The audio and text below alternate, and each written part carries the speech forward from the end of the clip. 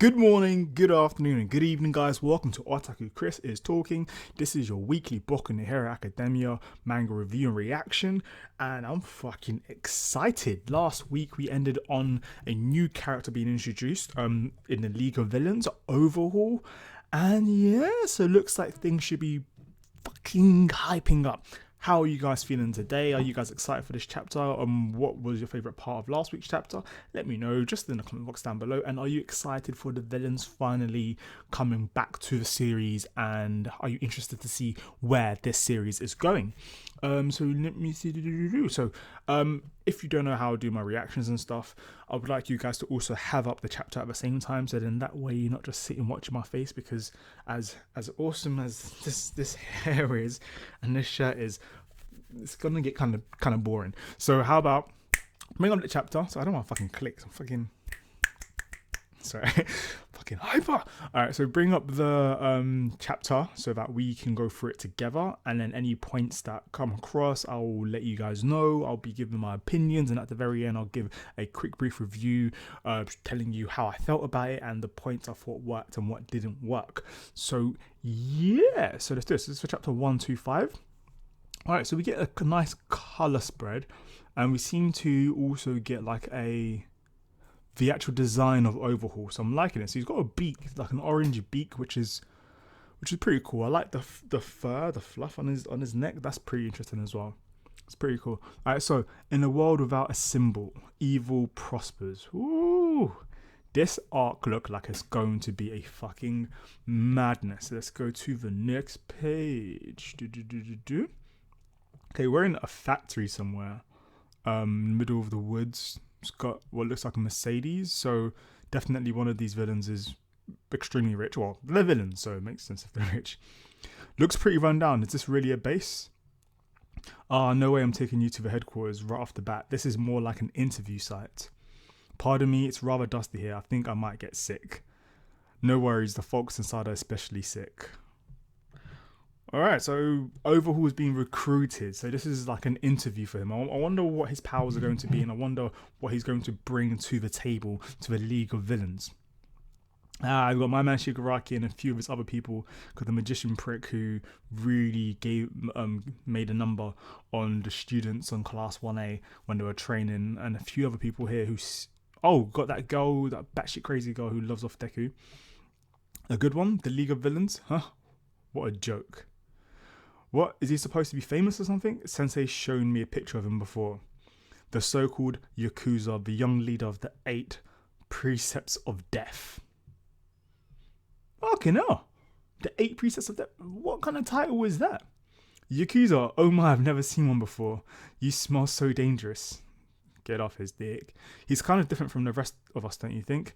Let this old man teach you, my dear young Toga. Back in the day, there were a number of frightening organizations that ran the underworld. However, with the prospering of the heroes came the systematic dismantling of those groups. The times came to an end with Rise of All Might. Those who were not caught and locked away were basically treated like criminals under constant surveillance and living at the bottom of the barrel. Put plainly, he's an enraged species left over from old times. Well, I can't say you're wrong. And so what business does Mr. Bottom of the Barrel Yakuza man have with us? Are you another one of those types who are on a high after All Might's retirement? No more so than All Might, the fall of All for One was significant. The Emperor of Darkness, he who controls all of the underworld, my generation regarded him like an urban legend. Nonetheless, the elders believed in him and feared him accordingly, but now we've heard rumors of his demise. About this time he revealed himself in his true form and how he was thrown into Tartarus. In other words, there is no longer anyone who rules over the day or the night. This is really cool. I'm liking this because it's not like we're just having the villains just say, "Oh, All Might's dead. We can control. We can run the world." Blah blah.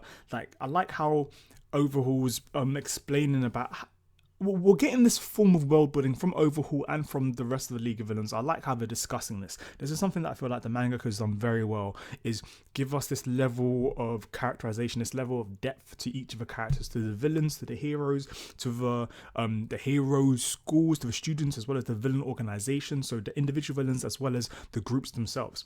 With this level of world building, we know about the Yakuza, we know why they've been hiding, and it kind of makes sense. All Might was basically fucking Superman. He was everywhere at the same time. He could, if from what we saw from the anime and when he was fighting the Nomu, and it took him so many hits, and that was at his weakened state, and look how fucking powerful he was. And even in the last fights against All For One, we got to see how powerful he was, but yet that was his weakened state. Imagine All Might when he first came on the scene and he was fucking destroying shit. He could probably be at 2 or 3 places at once.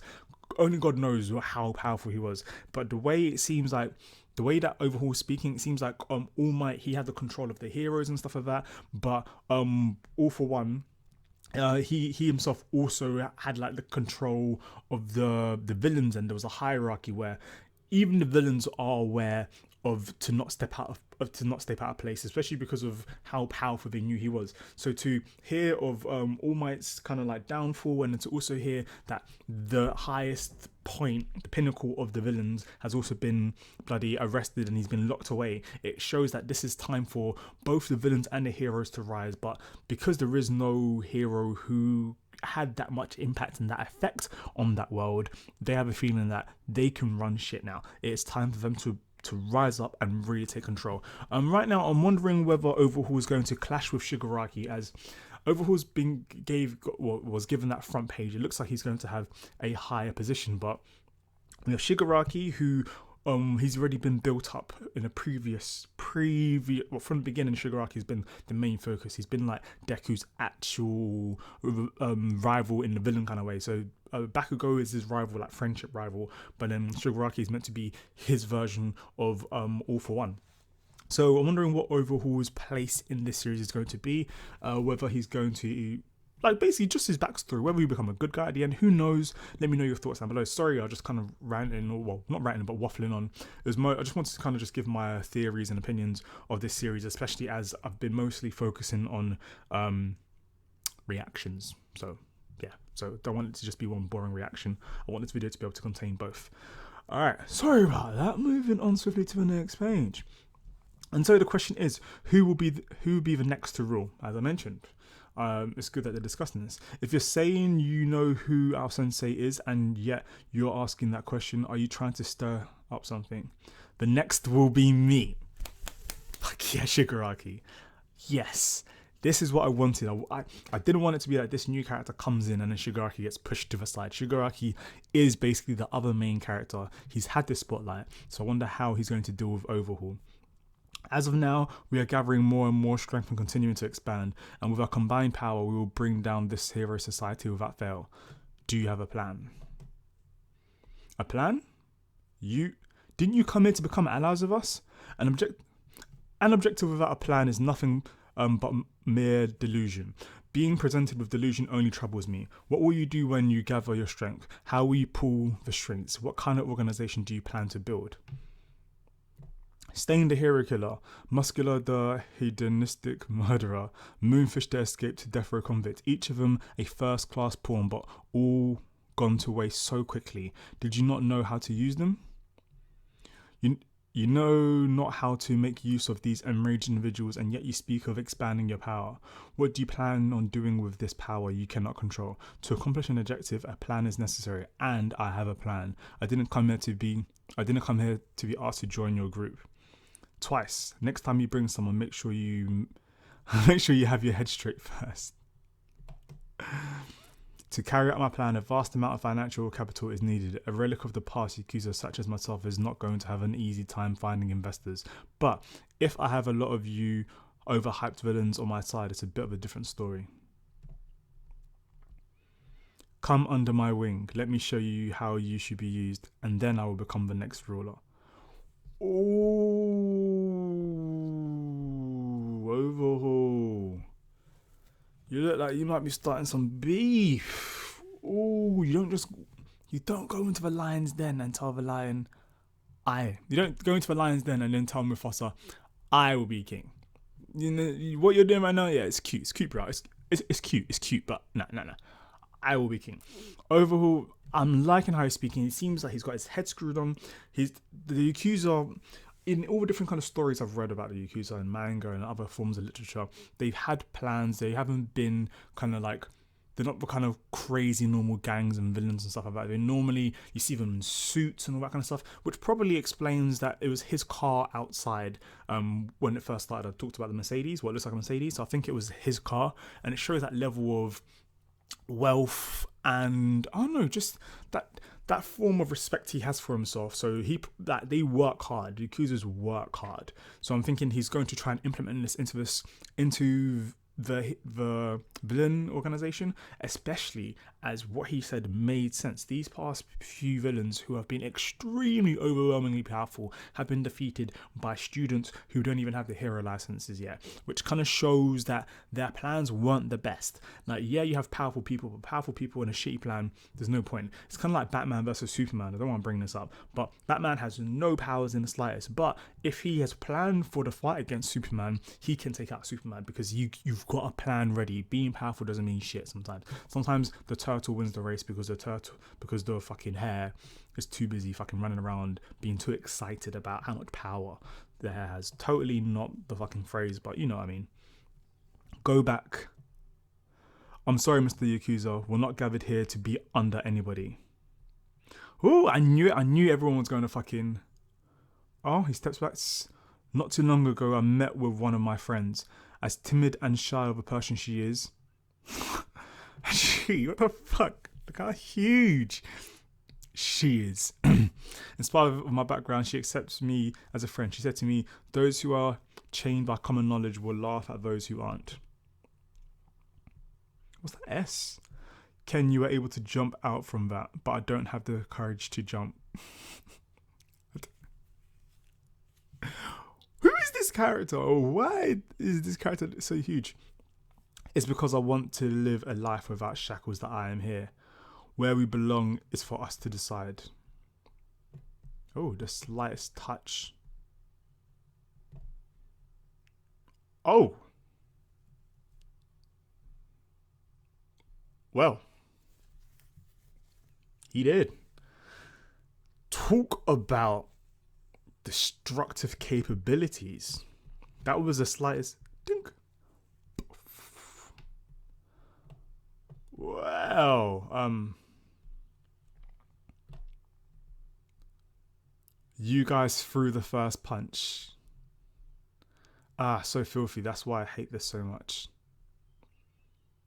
Wait, compress. This guy is trouble. I use my compression to lock him up. My quirk, I can't activate. Don't touch me.